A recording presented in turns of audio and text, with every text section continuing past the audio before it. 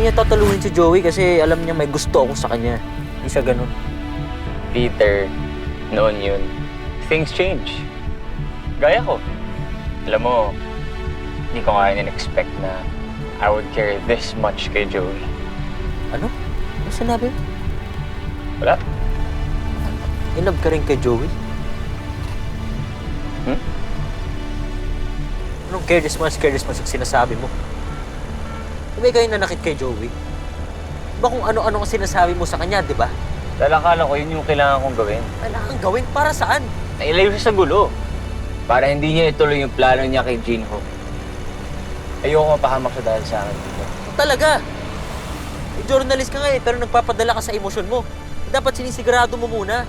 Oh, sigurado na ako ngayon. Kaya pag nakita natin siya, I won't waste a second. Either sasabihin ko na sa kanya kung ano yung totoo kong nararamdaman para sa